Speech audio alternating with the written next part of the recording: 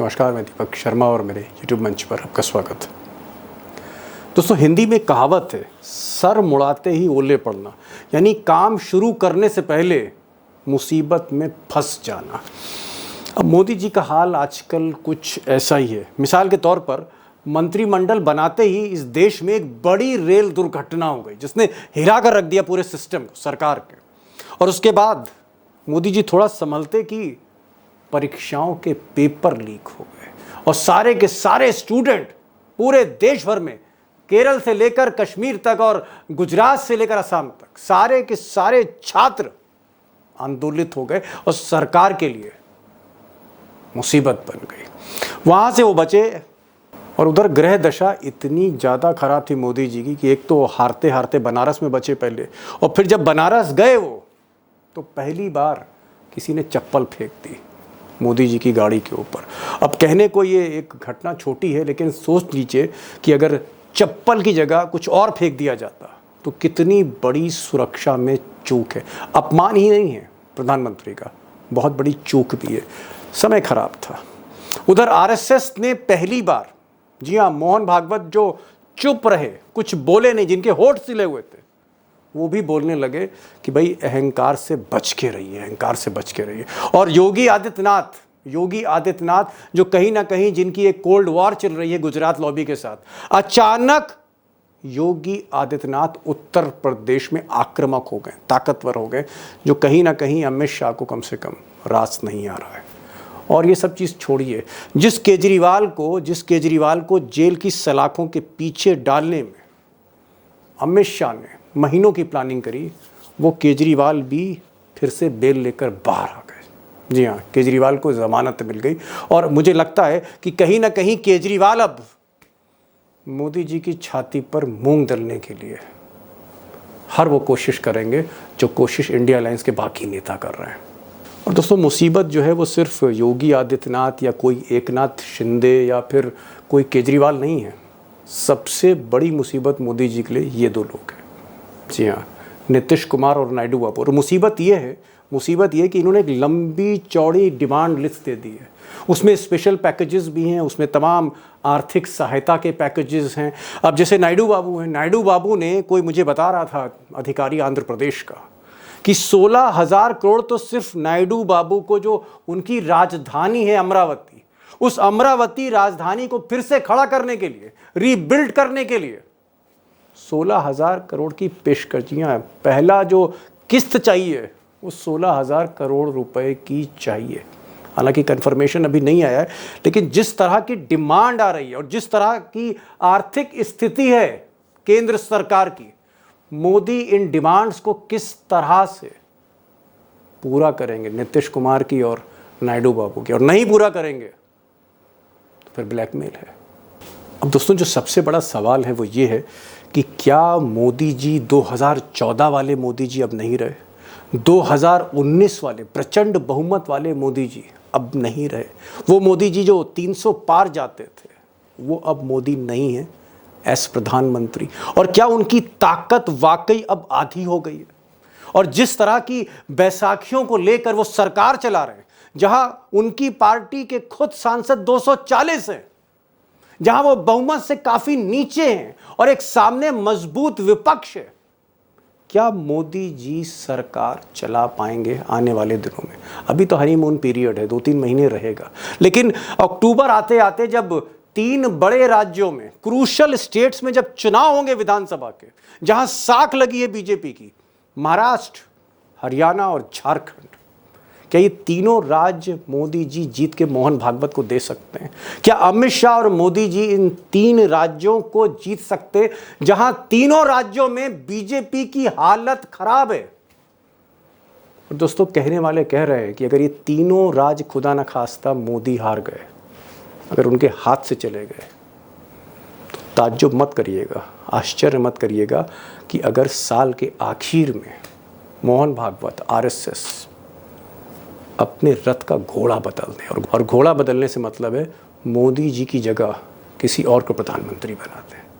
अब दोस्तों, अगले महीने केरल में आरएसएस की जो लीडरशिप, आरएसएस का जो नेतृत्व है और साथ में बीजेपी के जो राष्ट्रीय पदाधिकारी हैं, ये मिलजुल कर एक चिंतन बैठक करने जा रहे हैं केरल में। और चिंतन बैठक क्या, इसमें एक तरह की समीक्षा होगी, एक असेसमेंट होगा मोदी गवर्नमेंट का और मोदी जी की जो परफॉर्मेंस है 2024 के चुनाव में, कि कहाँ कहाँ कमज़ोरियाँ थीं, कहाँ कहाँ मोदी हारे, क्यों हारे।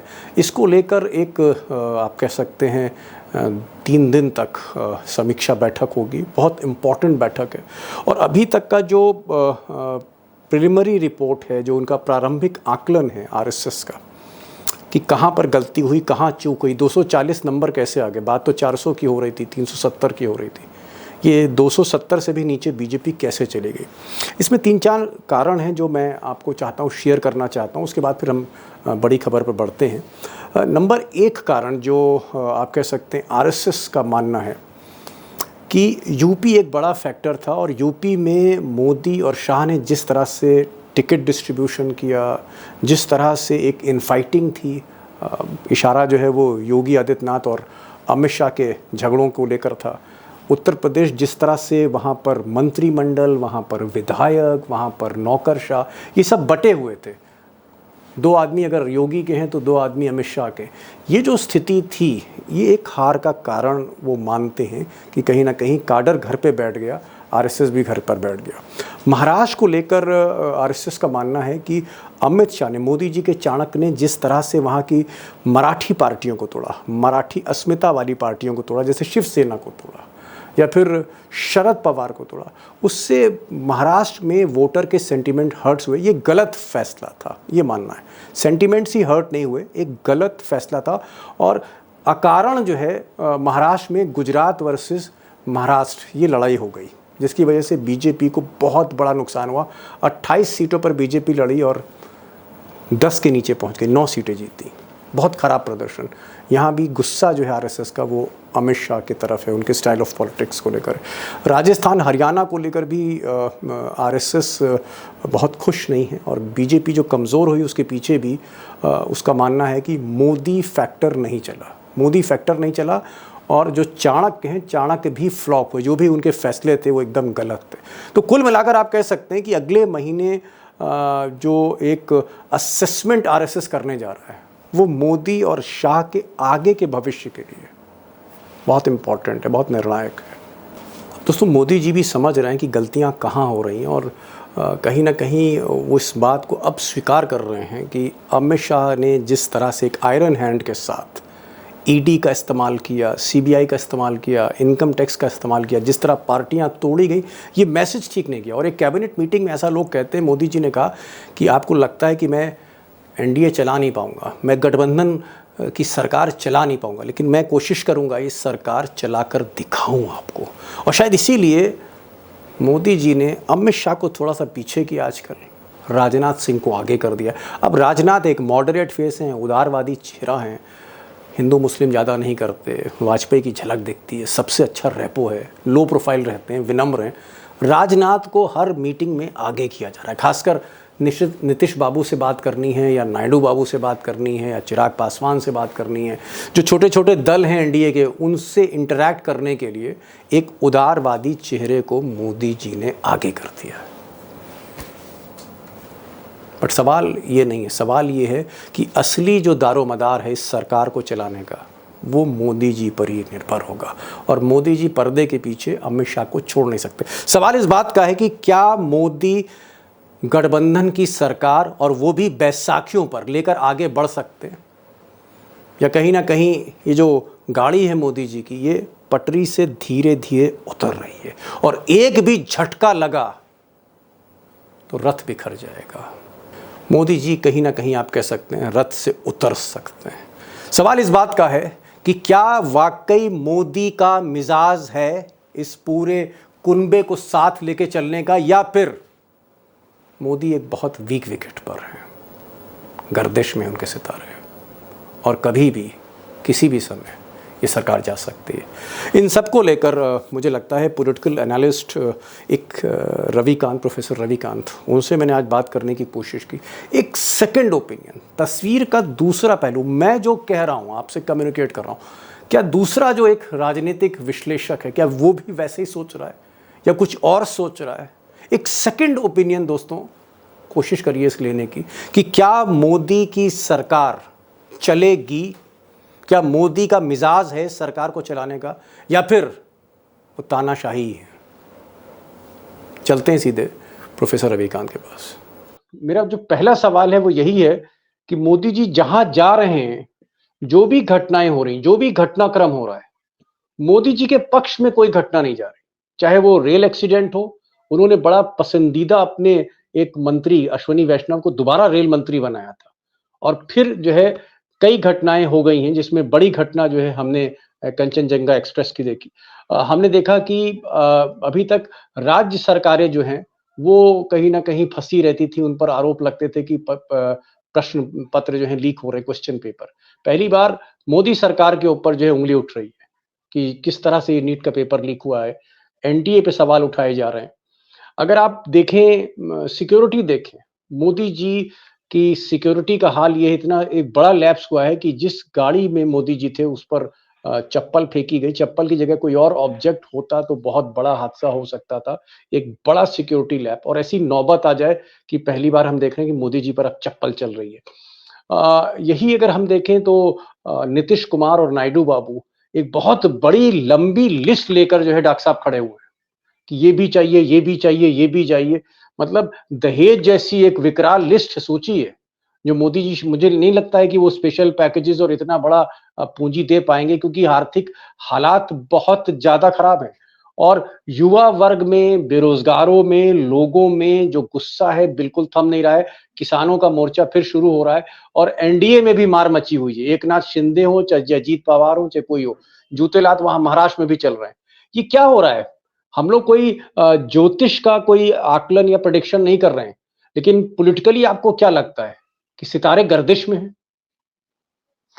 दीपक जी, मैं थोड़ा ज्योतिष से ही बात शुरू करूंगा, हालांकि चलिए। मैं उसको नहीं मानता हूं। ज्योतिषियों ने यह कहा था कि मोदी जी ने अशुभ घड़ी में राम मंदिर का उद्घाटन किया, और न जाने ऐसा क्या है कि उसके बाद जहां जहां मोदी जी के पैर पड़ रहे हैं, वहीं मिट्टी नीचे से दसक जा रही है, निकल जा रही ओहो, है। ओहो। उसी के बाद उन्होंने 400 पार की बात की, तो उनके तमाम जो नेता थे वो 400 पार क्यों चाहिए, उस पर उन्होंने व्याख्या कर डाली कि साहब संविधान बदलना है, और संविधान बदलना विपक्ष को इतना बड़ा मुद्दा मिल गया कि मोदी जी 240 पे आकर के रुक गए। तो वहां से जो सिलसिला शुरू हुआ है, और फिर ये एन नाम का फैक्टर उनका पीछा नहीं छोड़ रहा है। एनडीए, एनटीए, नायडू, नीतीश कुमार, और न जाने अभी क्या क्या होने वाला है। जी। एक्सीडेंट हो रहे हैं, पेपर लीक, दो दो पेपर लीक, वो भी सीबीआई एन की से, जांच नीट करवानी है, पड़ नीट रही और है। एनटीए। एन। नीट, वो भी एन। तो ये एन फैक्टर ऐसा क्या मोदी जी के पीछे पड़ गया है? वो मुझे लगता है कि नरेंद्र मोदी, ये एन और वो एन दोनों टकरा रहे जी। हैं। तो मैं कोई ज्योतिषी नहीं हूं, लेकिन मैं ये कह रहा हूं कि ये हो कैसे रहा अचानक, जब क्या वो नरेंद्र मोदी जिनकी तू बोलती थी, वो नरेंद्र मोदी जब निकलते थे तो फूलों की बारिश हो रही है, और आज चप्पल कोई फेंक रहा है। ये बड़ी निंदनीय घटना है। एक प्रधानमंत्री के काफिले पर, उसकी कार पर चप्पल फेंका जाना, ये अपमानजनक है, और मुझे लगता है कि इसकी जांच होनी चाहिए। लेकिन क्या वजह है कि लोग ऐसा करने पर मजबूर है? वो कौन लोग हैं ये भी पता होना चाहिए, और क्यों उन्होंने ऐसा किया है। तो नरेंद्र मोदी का जो पूरा गुब्बारा फुलाया गया था, उस नाम का 3D इमेज के जरिए रात दिन जो आरती हो रही थी, जो पूरी भजन मंडली लगी हुई थी कि साहब वो तो विश्व गुरु बन चुके हैं, वो देखिए बार रुकवा देते हैं, और इधर जहां भी पहुंच जाते हैं वहां सेंटर में उनको जगह मिलती है। लेकिन भारत में क्या स्थिति हो गई है कि अब राजस्थान में भी बगावत शुरू, उत्तर प्रदेश में बगावत शुरू, और कौन सा ऐसा प्रदेश बचा है जहां पे अब महाराष्ट्र में बगावत हो प्रतिरोध रही के खुलेआम। स्वर, वहां तो खुलेआम चल रहा है, और सरकार वहां कब जाए कुछ पता नहीं है। और खुद मोदी जी का ये जो हनीमून पीरियड है वो कितने दिन का है, ये भी नहीं पता है। मोदी जी। जी अब रात को सोने के लिए जाते होंगे, तो रात में आजकल वो सपने नहीं देख रहे होंगे मीठे, वो आजकल चिंताग्रस्त होंगे कि कल क्या होगा, कल कुछ अच्छा होगा या बुरा होगा। जी। तो डॉक्टर साहब ये एक स्थिति चीज़, में आज जी। नहीं, आप सही कह रहे हैं कि ब मोदी जी के जहाँ पाँव पड़ रहे हैं, जहाँ भी पाँव पड़ रहे हैं, ज़मीन ही नीचे ध धँस जा रही है। एक चीज़ मैं जानना चाहूँगा, क्योंकि आप उत्तर प्रदेश में हैं और उत्तर प्रदेश के आपको एक्सपर्ट कहा जाता है। योगी आदित्यनाथ ने एक बार फिर से ताव लिया, एक बार फिर से ताल ठोकी है। बुलडोज़र चलने लगा है आपके लखनऊ में, और मोहन भागवत से भी आशीर्वाद उनको मिल गया है। अधिकारियों को डांट डपट रहे हैं, आक्रामक मूड में आ गए हैं। ब्रजेश पाठक और केशव प्रसाद मौर्य कहीं दिख नहीं रहे हैं। अमित शाह की लॉबी अंडरग्राउंड हो गई है। ये यूपी में क्या हो रहा है डॉक्टर साहब? कोई डर नहीं मैं रहा योगी एक को और अब। अमित शाह का मैं कोई डर एक नहीं अब योगी जी को। एक और खबर बता दे रहा हूं मैं, जो 10 साल से नहीं हुआ था। जी। युवा हिंदू वाहिनी की मीटिंग ली है 10 साल के बाद, योगी ओहो। जी ने 7 साल के बाद, सॉरी 7 साल के बाद। ये क्या दिखाता है कि वो छोड़िए डर तो खत्म, सीधा बगावत पर उतारू हैं योगी जी। कि अगर अब कुछ करने की कोशिश की गई, जैसे पहले चल रहा था कि साहब अगर योगी जी बचेंगे कि नहीं बचेंगे कुछ पता नहीं है, मोदी जी अगर फुल फॉर्म में रहे तो योगी जी का पत्ता साफ है। अब वो योगी आदित्यनाथ नहीं है, आपने बिल्कुल ठीक कहा। कोई डिप्टी सीएम नहीं दिख रहा है, कोई राजभर टिप्पणी नहीं कर रहा है। जितने भी बीजेपी के जो लॉबी थी अमित शाह की, वो गायब है। संजय निषाद, और सीन दारा सिंह चौहान, ये कहाँ चले गए सब? दीपक जी, और सीन से तो अमित शाह गायब हैं। वो अच्छा। कहाँ है आजकल, कहाँ है नहीं तो आजकल? अमित शाह की लॉबी सुन रहे हैं अंडरग्राउंड हो गई है क्या लखनऊ में आपके? डेफिनेटली। अब वो अपने बचाव के लिए घूम रहे हैं। अब कोई प्रशासनिक अधिकारी उस तरह से नहीं काम करेगा। मोदी जी ने सबके, योगी जी ने सबकी क्लास लगा दी है। तो परिस्थितियां बदल चुकी हैं। और मुझे लग रहा है कि वो जो मोदी जी के ऐश्वर्य का जो सूर था वो अब डूबने में की तरफ है, यस। अस्ताचल की तरफ चला गया है। जी और जी जी। योगी जी का सूर्य उदय होने की तरफ है भारतीय क्या जनता आपको पार्टी के भीतर। क्या आपको लगता है डॉक्टर साहब, अगर मोदी जी राजनाथ सिंह को आगे कर दें, और इस तरह की चर्चा है, मेरे पास कोई कंफर्मेशन इस तरह का नहीं है, लेकिन राजनाथ को जिस तरह से तवज्जो और तरजीह दी जा रही है, कुछ लोग ये कह रहे थे कि भविष्य में आने वाले कुछ समय में योगी को हटा के राजनाथ सिंह यानी ठाकुर को ठाकुर से बदला जा सकता है। क्या ऐसा संभव है? ये रिस्क मोदी लेंगे, या अब मोदी रिस्क लेने की स्थिति में कतई नहीं है, बल्कि वो अब योगी पर निर्भर हैं? नहीं नहीं, बिल्कुल कोई रिस्क लेने की स्थिति नहीं है मोदी जी की। और योगी जी दरअसल उत्तर प्रदेश में इतने मजबूत हो चुके हैं, उनकी जो लोकप्रियता है, उनका जो हिंदुत्ववादी अपना चेहरा है, जो उनका अपना कलेवर है, उनका तो भगवा पहनावा ही है। और उनकी जगह पर राजनाथ सिंह अब नहीं चल सकते, या मोदी जी तो ये जोखिम नहीं ले सकते, क्योंकि एक योगी नहीं है भारतीय जनता पार्टी के भीतर। वो तमाम लोग भी बैठे हुए हैं, चाहे वो वसुंधरा राजे सिंधिया हो, या येदुरप्पा हो, रमन सिंह हो, गडकरी साहब हो। ये कब शुरू हो जाएंगे? और गडकरी जी को देखिए आजकल बड़ा मीटिंग कर रहे हैं, वो राष्ट्रपति जी से भी मिल रहे हैं, वहां आशीर्वाद तो लेने गए थे वो जोशी जी के यहाँ, आडवाणी जी के यहाँ। लेकिन इस समय लगातार वो मीटिंग कर रहे हैं। तो ये जी। हल्का नहीं है, ये केवल दिखावा नहीं है, ये केवल औपचारिकता नहीं है, ये उस मौके की तलाश है। उसके लिए बाकायदा ये पूरा गेम चल रहा है। जी। उसमें डॉक्टर साहब अगर एक नरेंद्र मोदी ने कुछ जी, भी किया। जी। एक डॉक्टर साहब एक सवाल और पूछना चाह रहा था मैं आपसे।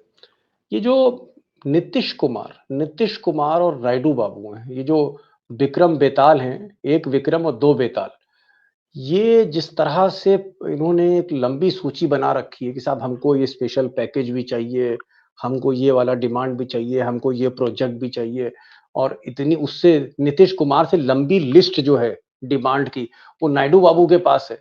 नायडू बाबू ने मुझे कोई बता रहा था, वहाँ का आईएएस अधिकारी बता रहा था, आंध्र प्रदेश का, मेरी बात हो रही थी, और उनका साहब 16,000 करोड़ रुपए तो तत्काल चाहिए। वो जो अमरावती जो राजधानी थी, जो बन नहीं पाई, खंडर में तब्दील हो गई, उस राजधानी को रिवाइव करने के लिए 16,000 करोड़ रुपए चाहिए। और पिछली बार मोदी जी ने वही मना कर दिया था कि नहीं देंगे। उस चक्कर में समर्थन वापस ले लिया था। तो ये जो लंबी लंबी लिस्टें, दहेज की लिस्टें, कि गाड़ी भी चाहिए, फ्रिज भी चाहिए, कार भी चाहिए, एसी भी चाहिए, 4-4 एसी चाहिए, ये जो लंबी लिस्ट है, आपको क्या लगता है कि मोदी जी की कमर टूट जाएगी? क्योंकि आर्थिक स्थिति तो बहुत खराब है केंद्र सरकार की। क्या लग रहा है आपको, ये मोदी ब्लैकमेल जारी रहेगा ब्लैकमेल, या मोदी जी सरेंडर दीपक जी करेंगे या बिखर जाएंगे?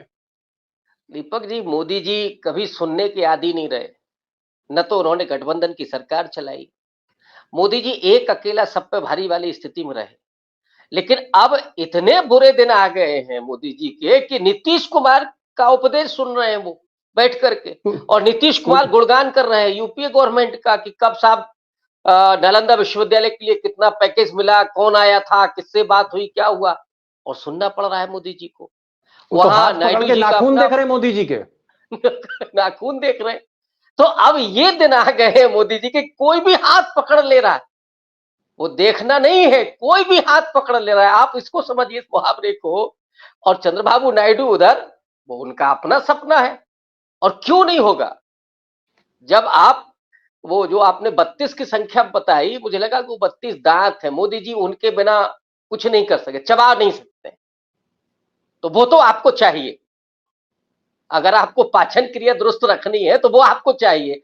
और हालात ये हैं कि वो रोज रोज का जो होगा, अभी तो कुछ नहीं है। अभी तो बना लीजिए आप स्पीकर, अभी उसी पर नायडू जी खामोश बैठे हैं।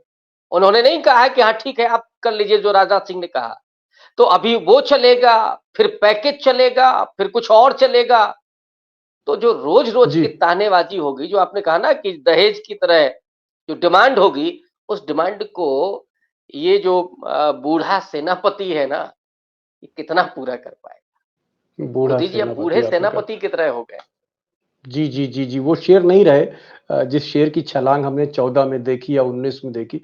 एक चीज और डॉक्टर साहब, 4 महीने बाद महाराष्ट्र में चुनाव है, हरियाणा में चुनाव है, और झारखंड में चुनाव है, और हरियाणा में मट्टी पली थे सुगत बीजेपी की। पहली बार मैंने देखा कि जहां 2014 में बीजेपी 10 में 10 सीटें जीती थी लोकसभा में, मोदी जी ने हरियाणा में, फिर 19 में 10 सीटें जीती। इस बार तो आधी सीटें रह गई हैं।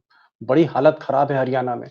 महाराष्ट्र में तलवारें खींची हुई हैं। एकनाथ शिंदे जैसा आदमी, जिसको जो दया का पात्र था, करुणा का पात्र था, जिस पर रहम किया था मोदी जी ने, जिसको कुर्सी दी मोदी जी ने, जिसको पार्टी का सिंबल दिया मोदी जी ने, जिसको जो है कहीं ना कहीं सारी विरासत दे दी बाल ठाकरे की, मोदी ने जबरदस्ती पकड़ा दी।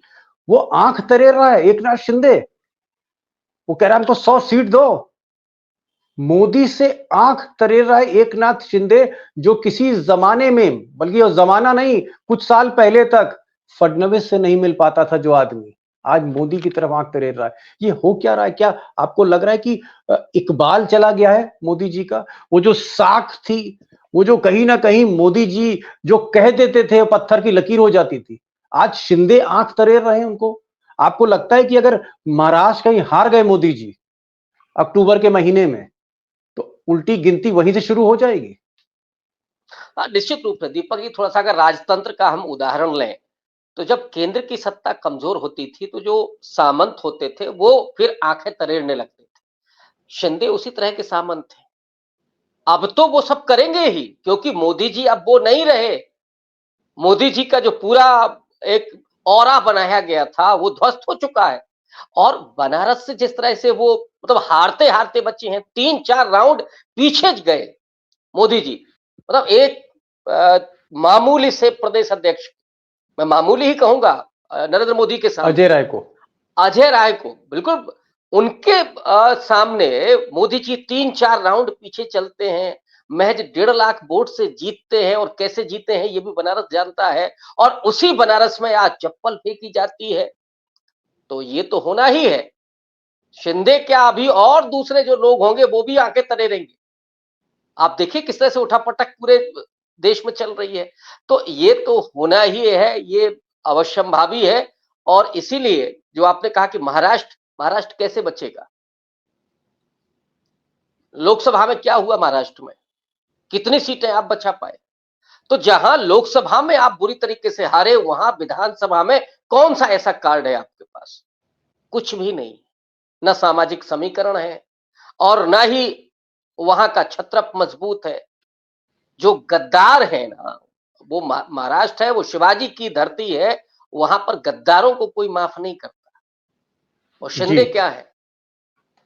तो वो जो जी जी छवि जी। लेकर के शिंदे चुनाव मैदान में जाएंगे, महाराष्ट्र बहुत मुश्किल होगा नरेंद्र मोदी के लिए बचाना। लास्ट लाइन मैं पूछना चाह रहा हूँ, एक आखिरी एक लाइन का जवाब, क्योंकि समय हो रहा है।